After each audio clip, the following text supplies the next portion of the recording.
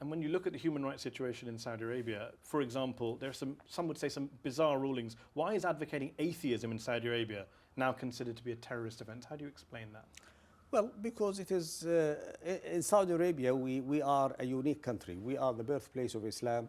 We are the country that hosts the two holiest sites for Muslims in Mecca and Medina. We are the country that is based on Islamic principles and so forth. We are a country that is homogeneous in accepting Islam by the entire population. Any calls that challenge Islamic rule or Islamic ideology is considered subversive in Saudi Arabia and would be subversive and but could terrorism? lead to chaos. Well, somebody who says, I don't believe in God and others shouldn't believe in God is the equivalent of Osama bin Laden? Well, somebody who says that and calls for it publicly is subversive and could possibly be a terrorist, yes. But merely by disbelieving in God, he could be a terrorist? Well, if he was disbelieving in God, he's not a violent person. He's exercising his freedom of conscience. If he was disbelieving in God and keeping that to himself and conducting himself, nobody would do anything or say anything about him.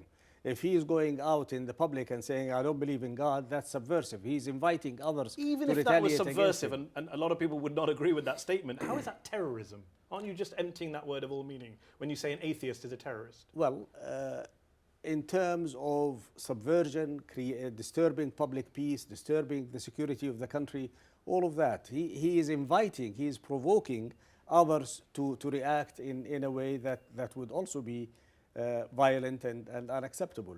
One last question. Are you okay with the fact that your country is still the only country on earth where women aren't allowed to drive? It doesn't matter whether I'm okay with it or not. I think women should be allowed to drive. I think this is a matter for society to ultimately decide and not a matter for the government? It is a matter for the government, but we have a government that responds to societal concerns and pressures and views. So we are not an arbitrary dictatorship where the government decides whatever it wants. So Saudi society doesn't want women to drive, is what you're saying? Well, I'm saying that this is a matter for Saudi society to emerge into. I think that Saudi society is ready for women to drive. I think women should be allowed to drive, but that's my personal opinion. And I think that is going to happen someday soon, I hope. Kvinnor och män ska ha samma möjligheter på arbetsmarknaden. Då får man en uthållig stark ekonomi. Rekrytera flera kvinnor, det är företaget Glowworks affärsidé.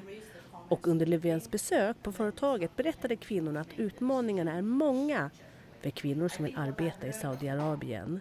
Ett hinder är att mannen är kvinnans förmyndare, men det tror inte Löfven är ett hinder i praktiken. Det beskrivs som att formellt så kommer den att finnas kvar, det här förmyndarskapet, vilket vi har en annan uppfattning om. Men det i praktiken minskar i betydelse efter man ger kvinnor fler och fler möjligheter att agera själv. Och det där är naturligtvis viktigt för jämställdheten. Men jag tycker det är viktigt att se att vi är två skilda samhällen, Sverige och Saudiarabien. Och här har man en utveckling som man gör på sitt sätt, och det beskrivs också här som att det här är inte, it's not a country of revolution, it's a country of evolution. Så jag tror vi ska ta det i beaktande också. Vid lunchtid så träffade Löfven kung Salman, och senare under dagen ska han träffa flera kungligheter och regeringsföreträdare för att diskutera mänskliga rättigheter. لا أنا ما قتلت أنا ما قتلت يا ولد أنا ما قتلت أنا ما قتلت أنا ما قتلت أنا ما قتلت أنا ما قتلت لا لا أنا ما قتلت أنا ما قتلت لا لا هذا ظلم هذا ظلم هذا ظلم أنا ما قتلت أنا ما قتلت يا سلومي أنا ما قتلت أنا ما قتلت أنا ما قتلت رجوع إلى الله أنا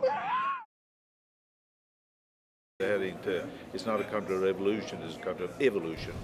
När under dagen ska han träffa flera kungligheter och regeringsföreträdare för att diskutera mänskliga rättigheter.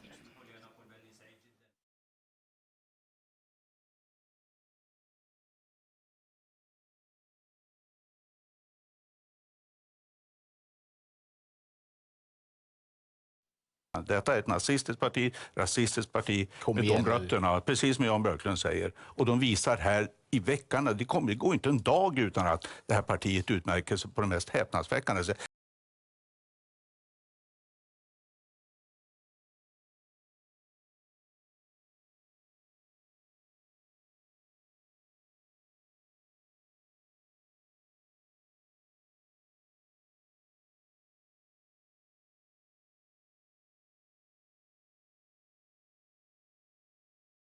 Det här är inte, it's not a counter revolution, it's a counter evolution.